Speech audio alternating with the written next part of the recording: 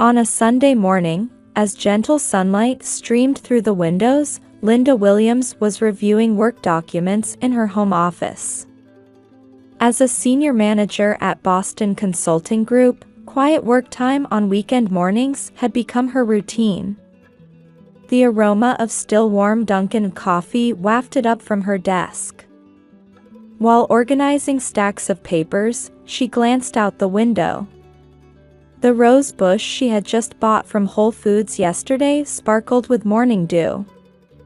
She had finally managed to tend to the garden last weekend, and the landscape was starting to look worthy of this house she'd purchased with her parents' help. There was still some time before service at Trinity Church in Copley Square. The peaceful moment was suddenly shattered by her iPhone's ring. "Linda, can you come over today?" It was her sister Patricia. Linda let out a small sigh at her usual imperious tone. "I'm hosting the family for brunch. Mom's coming too. I've ordered catering from Legal Seafoods." An hour later, Linda was visiting Patricia's mansion. The colonial-style house in Brookline's quiet residential area commanded an imposing presence, as always. A brand-new Range Rover, her sister and brother-in-law's pride and joy, was parked in the driveway. "Welcome, Linda," her mother Carol greeted her.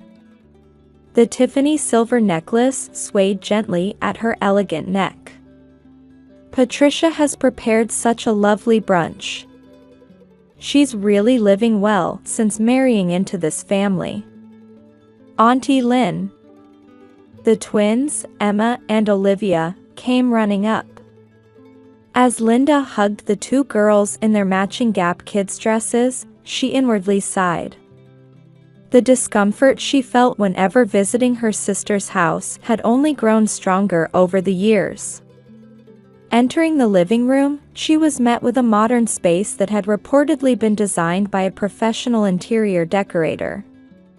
The marble dining table was laden with lobster croissant sandwiches and truffle-flavored eggs Benedict.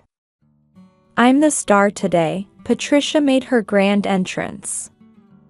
Dressed in a new Louis Vuitton dress, she struck a pose clearly intended for social media.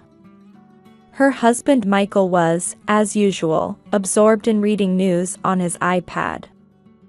"Actually, I have wonderful plans," Patricia announced, holding a mimosa and Dom Perignon.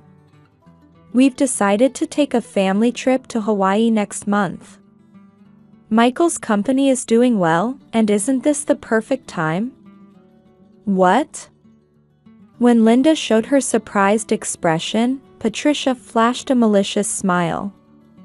"Surely you're not planning to keep playing the single career woman forever?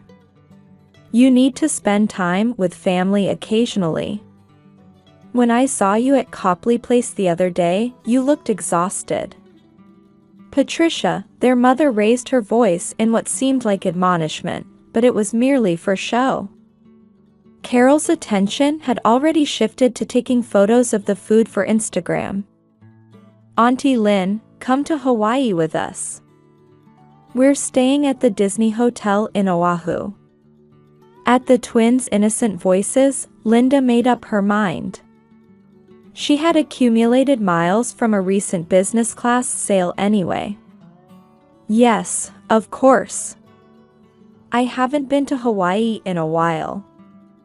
On the table, the twins' iPads were already playing videos of Hawaiian beach resorts. On the morning of departure, Linda woke up earlier than usual. The clock showed 7 a.m. She double-checked the sunscreen and new swimsuit she'd bought at Walgreens the day before. As she confirmed her reservation on the American Airlines app, the Boston Morning Sun reflected off her MacBook. While munching on a bagel, she recalled last night. Patricia's text message had only included a final confirmation of boarding time and a casual note saying, "Tomorrow will be a wonderful memory. Starting a fun family vacation today." Though she tried to say it cheerfully to herself, something still nagged at her heart. Checking the time while reviewing photos of the Waikiki hotel she'd looked up on TripAdvisor, Linda loaded her Toyota RAV4 and drove through Boston's streets. The roads, usually congested, were clear on this Saturday morning. The car radio was broadcasting Hawaii's weather forecast. Boston seemed determined to match with its own humid weather. Boston Logan Airport was bustling with travelers. As Linda wheeled her new carry-on toward the check-in counter, she overheard a family in front of her discussing their Disney vacation package. "Good morning. The 9:45 flight to Honolulu. Your name, please?" "Linda Williams." Linda presented her platinum card. The counter agent's expression subtly changed. The sound of keyboard typing paused momentarily. "I'm very sorry, Ms. Williams. Your reservation was canceled in the system last night." "What? That's impossible." The confirmation email. "The Brown party completed their check-in about 30 minutes ago." Her mind went blank. She frantically pulled out her iPhone 14 Pro and called Patricia. No answer. Michael's number went straight to voicemail. Just then, a new message notification appeared on her screen. "Take care of the children. We need some time." Then came a photo. The twins sitting on a bench in front of the airport Starbucks.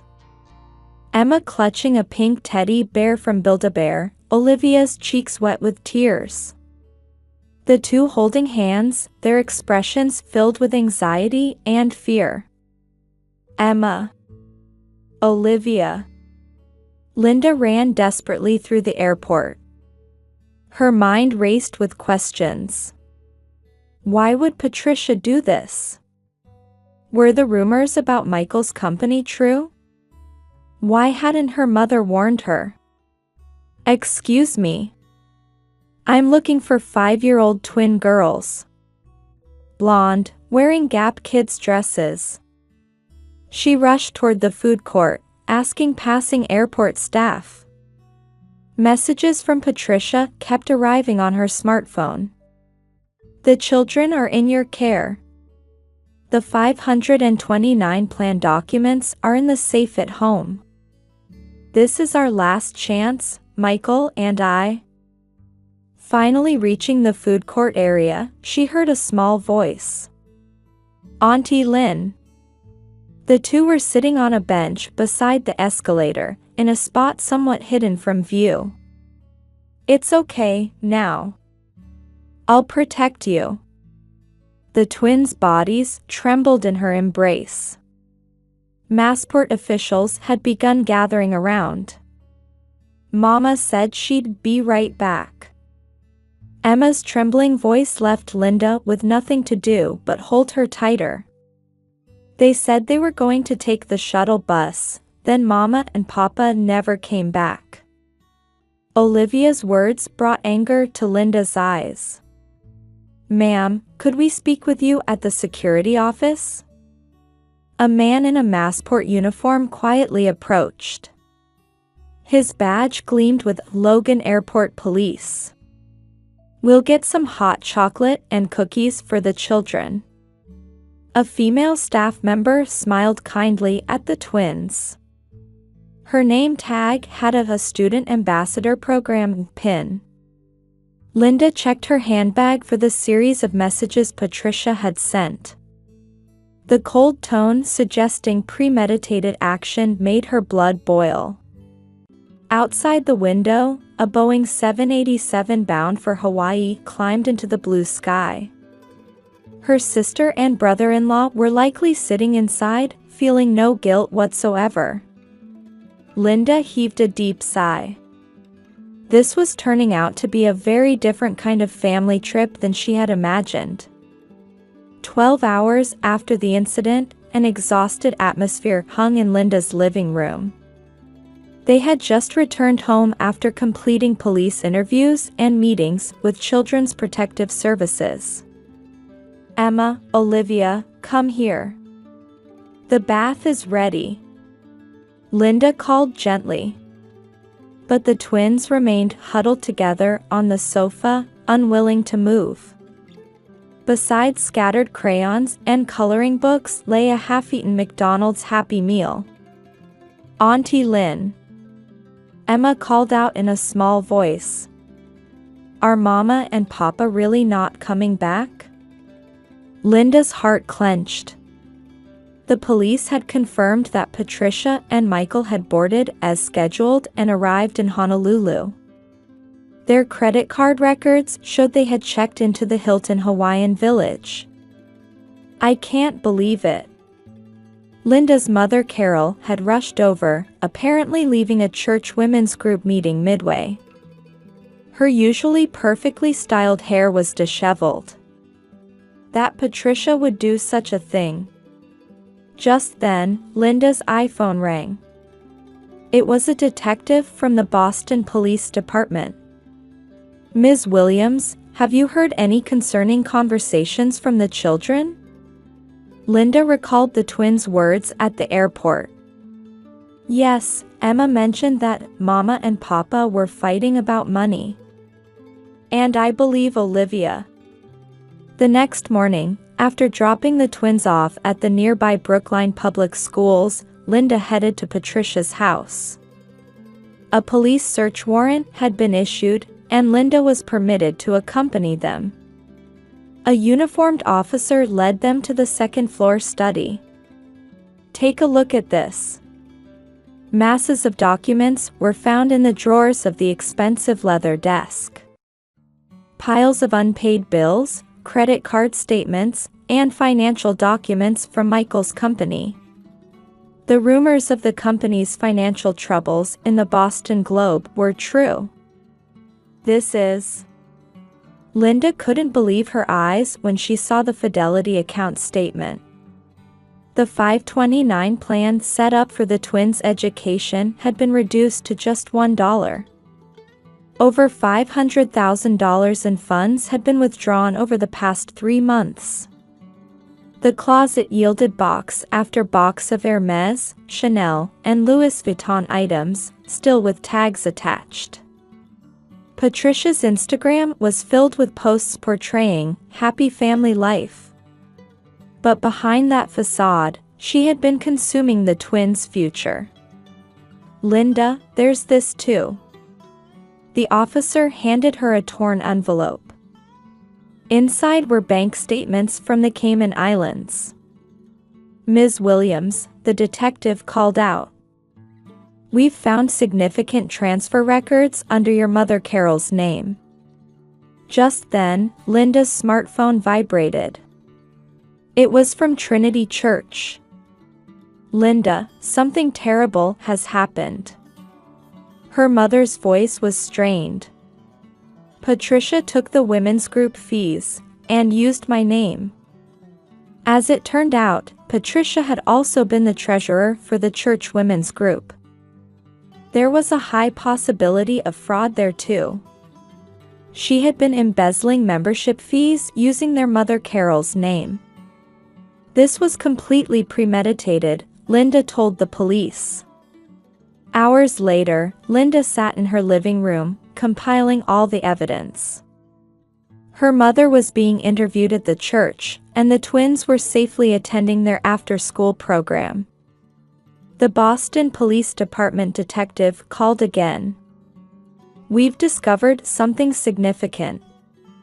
It appears they had no intention of returning to the mainland." Linda caught her breath. "What do you mean?" "We found one-way ticket reservations to the Caribbean." That night, Linda had made up her mind. Spread across her dining table were reports for the police, FBI, Child Protective Services, and Sarah Cohen, one of the nation's top child abandonment attorneys. "Auntie Lynn," Olivia's voice came from upstairs. Can we go to school tomorrow too? Of course, Linda smiled at the twins. Life will continue as normal. I promise. Opening her MacBook, Linda sent the final report to the police.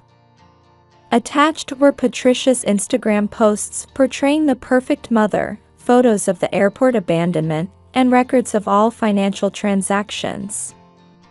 She was determined to fight to protect her precious family. Today, the FBI has joined the investigation as a serious child abandonment case. The detective's final words strengthened Linda's resolve even further. Outside the window, Boston's nightscape glowed quietly.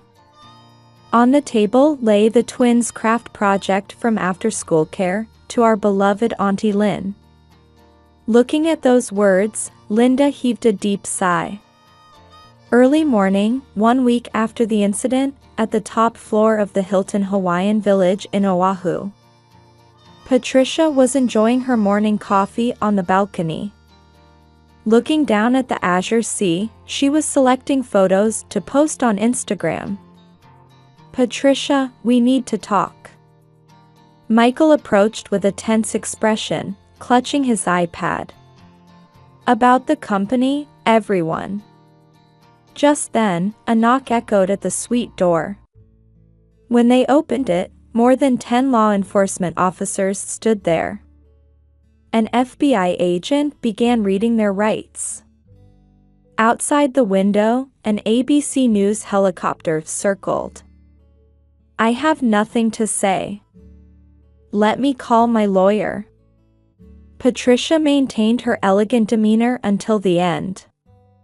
However, tickets to the Cayman Islands were found in her Louis Vuitton bag. This is a federal crime, the agent's voice was cold. You're charged with interstate child abandonment, embezzlement, and money laundering. 2 weeks later, at the Boston U.S. Attorney's Office, Linda was meeting with prosecutors.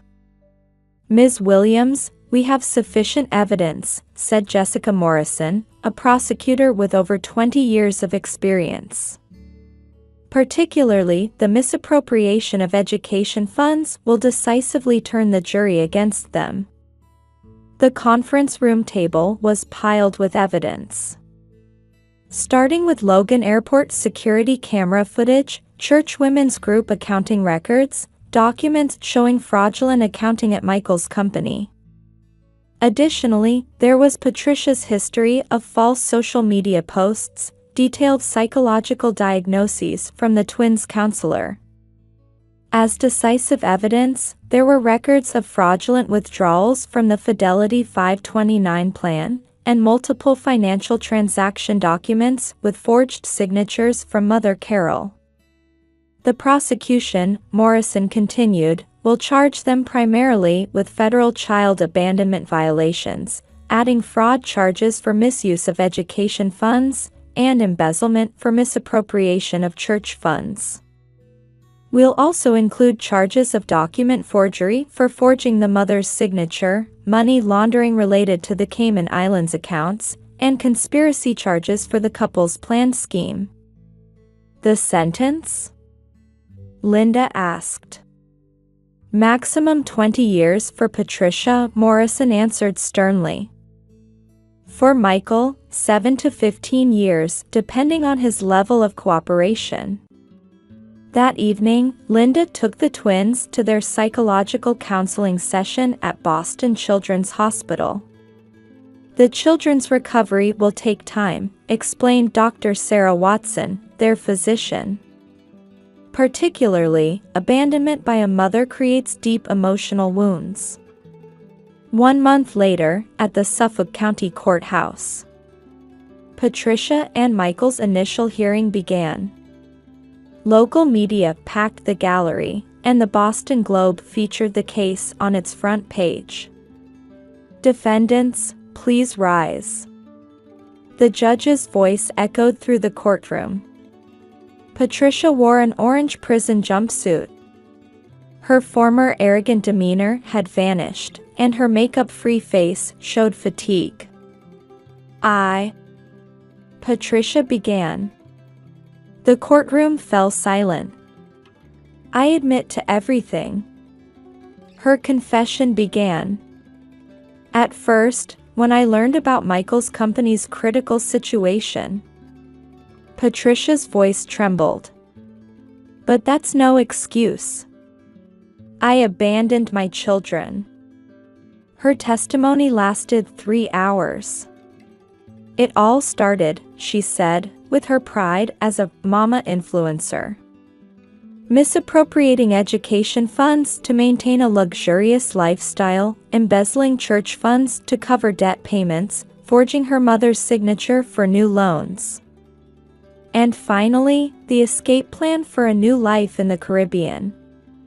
She admitted that at the root of it all was her hatred for Linda's stable life. Michael, who took the stand next, admitted to everything. The company had been essentially bankrupt for 2 years, his voice was hollow. But I couldn't tell Patricia. Her lifestyle. Carol took the witness stand as the prosecution's final witness. I trusted my eldest daughter too much, her voice was filled with remorse. I betrayed the church members, hurt Linda, and most of all, my grandchildren. On the day of sentencing, the courtroom was filled with tension. Defendant Patricia Brown, the judge's voice resonated. Your actions represent the gravest breach of trust. You abandoned your children, betrayed your family's trust, and even deceived your church community. After the sentencing, a press conference was held on the courthouse steps. This is certainly not a result to be proud of, Linda spoke quietly into the microphones. But justice has been served. Most importantly, the children's future has been protected. At dusk in Boston, Linda and the twins walked through Boston Common. Auntie Lynn, Emma called out softly. We'll always be together, right? Yes, of course, Linda squeezed the twins' hands firmly. We'll walk forward as a new family. 2 weeks after the sentencing, in the visiting room of Massachusetts Women's Correctional Institution, Linda momentarily faltered at the sight of her sister sitting behind the reinforced glass. Patricia in her orange prison uniform had completely lost her former glamour. Her skin, once polished with branded skincare products, was ashen, and her perfectly maintained blonde hair was thin and damaged from prison-issue shampoo. Linda. Patricia's voice was hoarse. I did something unforgivable. Yes, Linda answered quietly.